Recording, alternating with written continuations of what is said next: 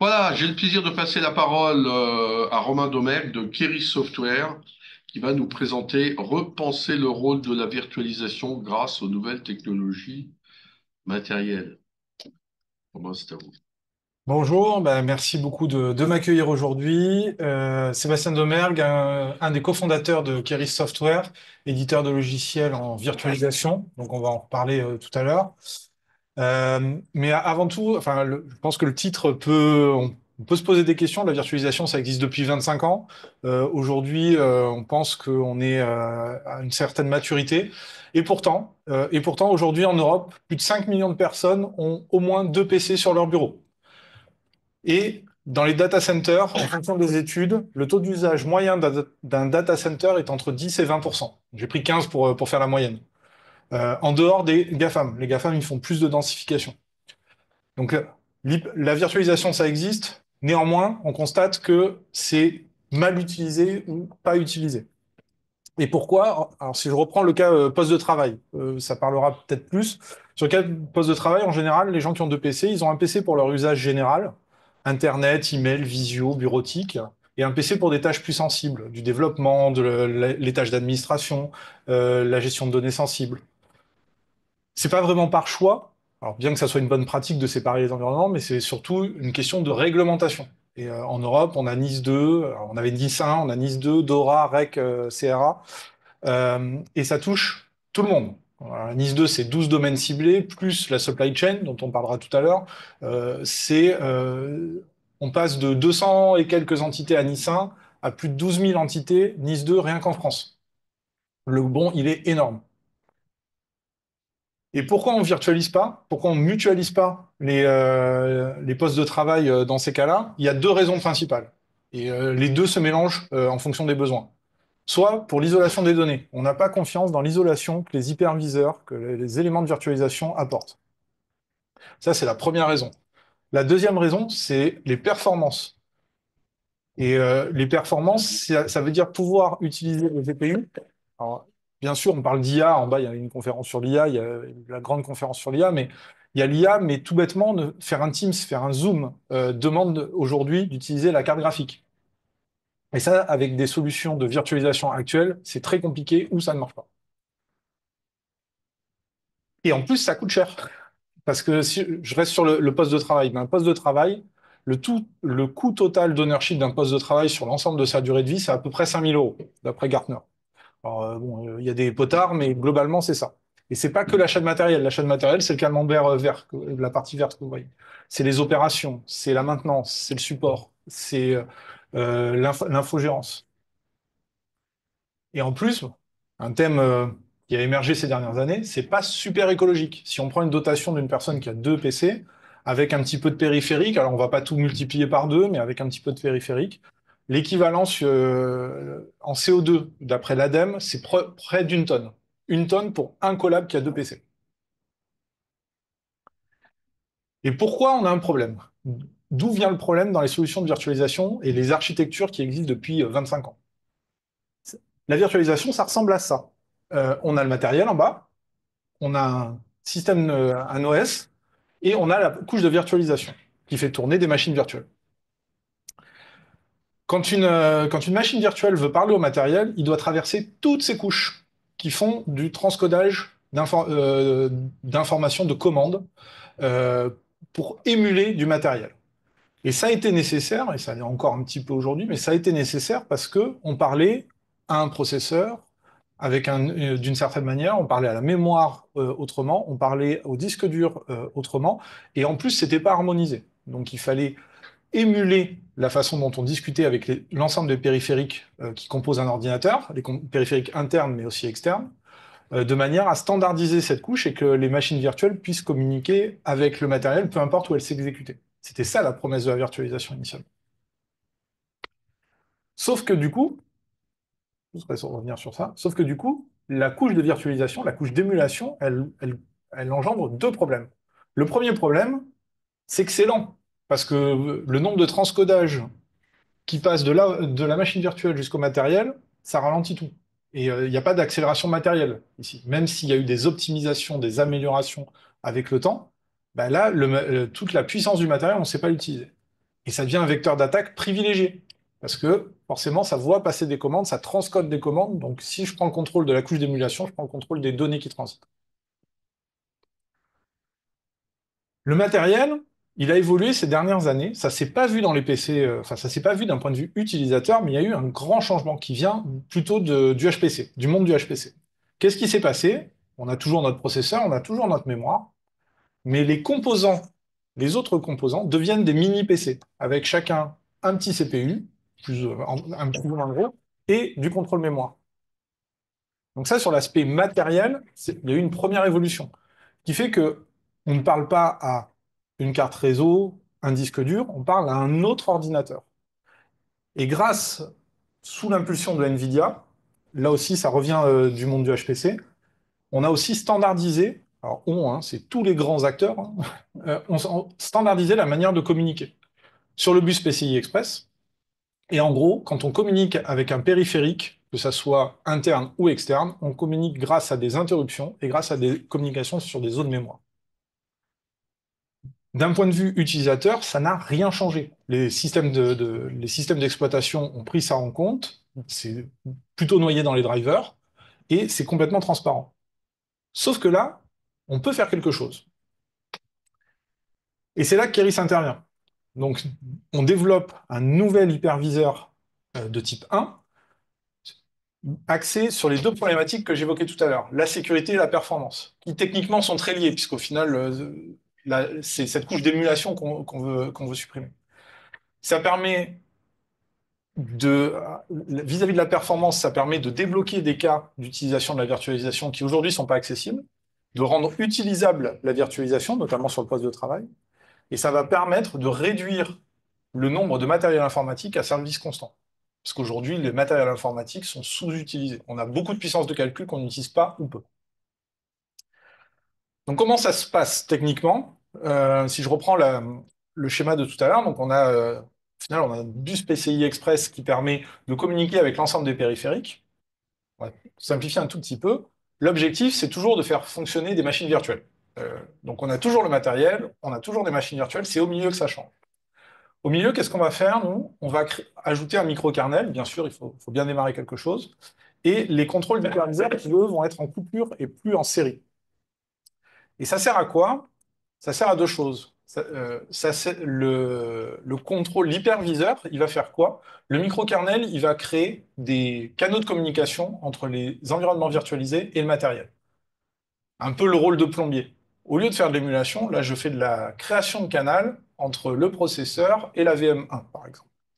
Parce qu'elle y a le droit, parce que j'ai le droit de taper sur le processeur, sur la RAM, sur la carte graphique et sur mon contrôleur de disque. Dans mon schéma, par exemple, elle n'a pas le droit à la carte réseau. Donc, je ne vais pas créer de canal entre la VM et la carte réseau. Ça, c'est pour pouvoir communiquer. Et la partie interruption, elle va être gérée par les contrôles d'hyperviseur pour tout ce qui va être context switch, gestion de switch d'environnement, quel périphérique je rajoute d'un côté et de l'autre, notamment pour les périphériques USB que je branche. Et la même chose pour la VM2, mais avec potentiellement des règles différentes. Là, la deuxième machine virtuelle, elle a le droit au réseau, par exemple. Je vais créer un canal entre l'environnement 2 et la carte réseau. Et ça permet d'avoir un bon contrôle de qui communique avec quoi, sans dégrader les performances, puisqu'en fait, ce qui se passe, c'est que la machine virtuelle est branchée au matériel, et donc elle voit le matériel qui existe, le vrai matériel, et pas un matériel émulé, et elle voit le matériel sous-jacent.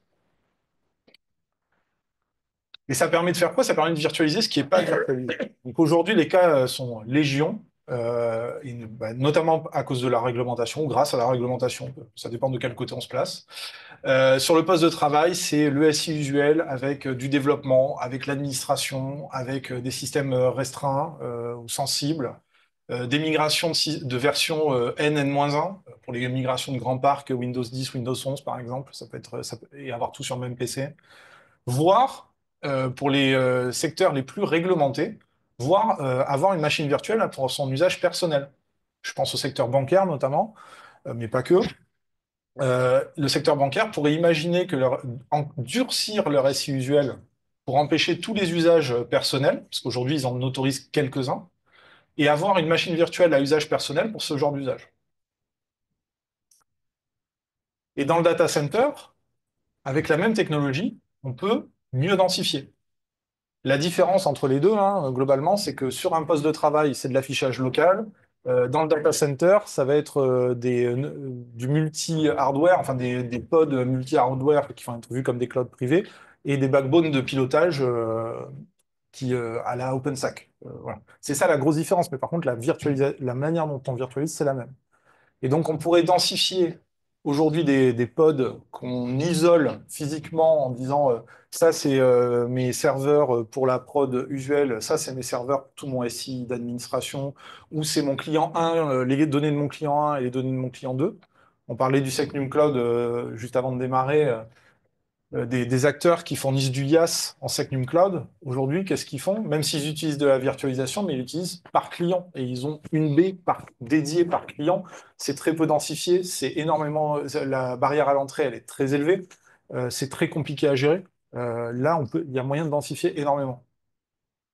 Voire, avec les bons niveaux de sécurité, les bons tampons de sécurité, voire permettre d'avoir de l'hébergement Secnum Cloud sur le cloud public. À terme, ça pourrait être une belle avancée. En termes de performance, ça permet de faire quoi? Donc, on a fait des benchmarks sur la version desktop, la version poste de travail, et on descend à un overhead global de moins de 15% sur l'ensemble des composants. Disque, CPU, GPU, la totale, réseau. Donc, des perfs quasi natives et très acceptables.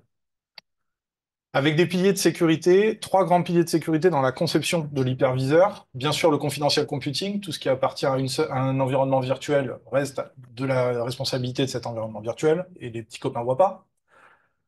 L'ensemble des composants qui composent l'hyperviseur agissent de concert en mode zero trust. Donc, on a appliqué le zero trust network à nos composants internes, la façon dont ils communiquent.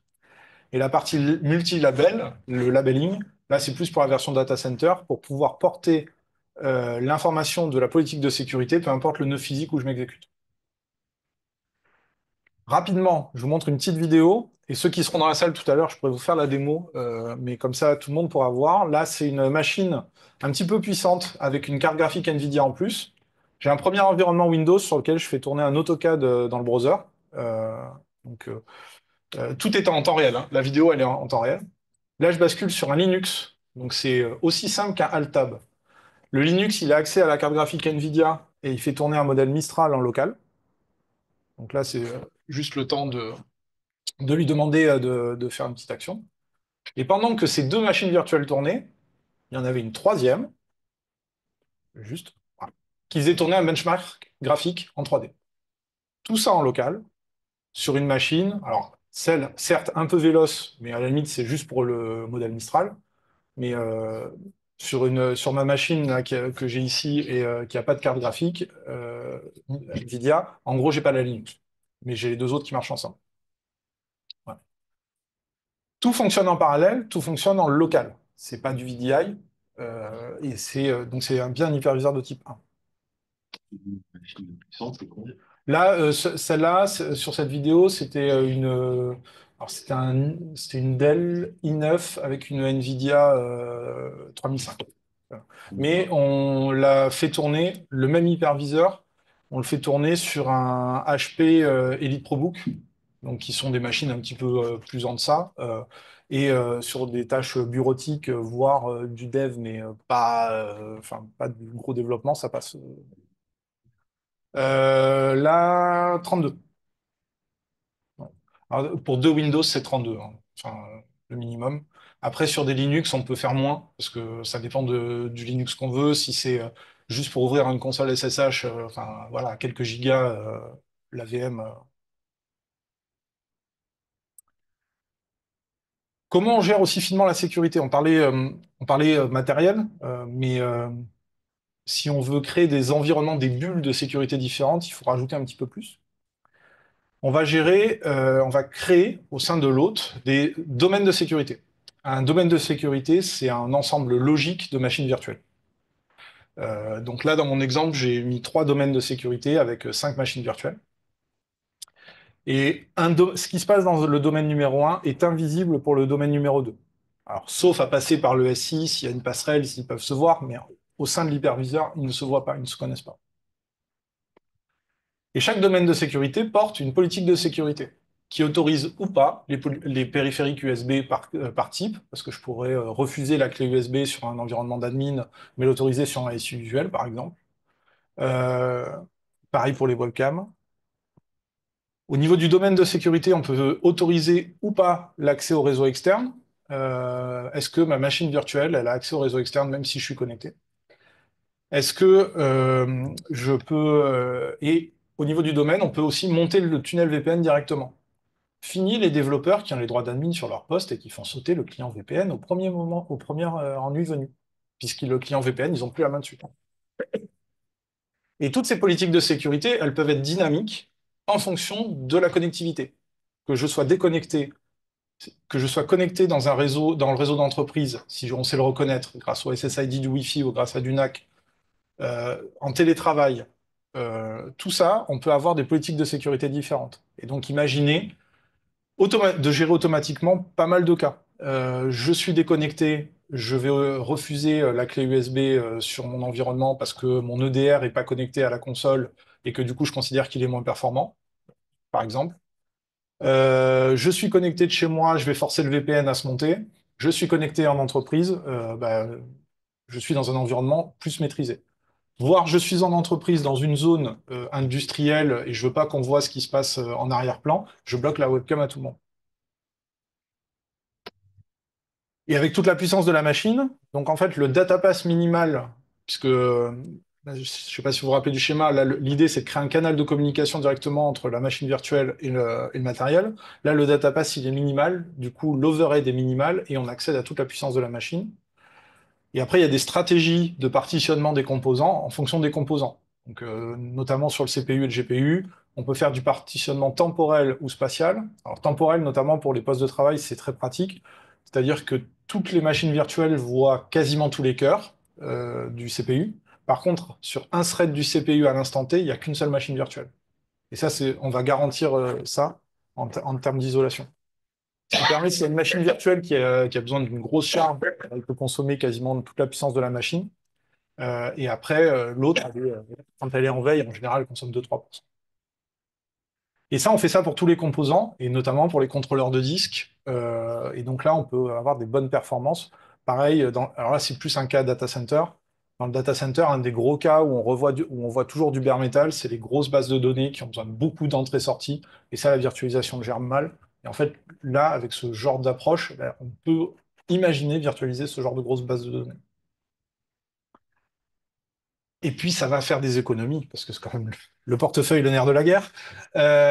Si on reprend le TCO de tout à l'heure et que je fais tout juste sur deux postes, le fait de prendre un poste peut-être un tout petit peu plus puissant, mais en ayant moins d'opérations et en n'en prenant pas deux, en ne prenant pas deux postes, en faisant un petit peu plus, un petit peu moins sur les catégories, ben, on peut dégager une économie de 2000 et quelques euros.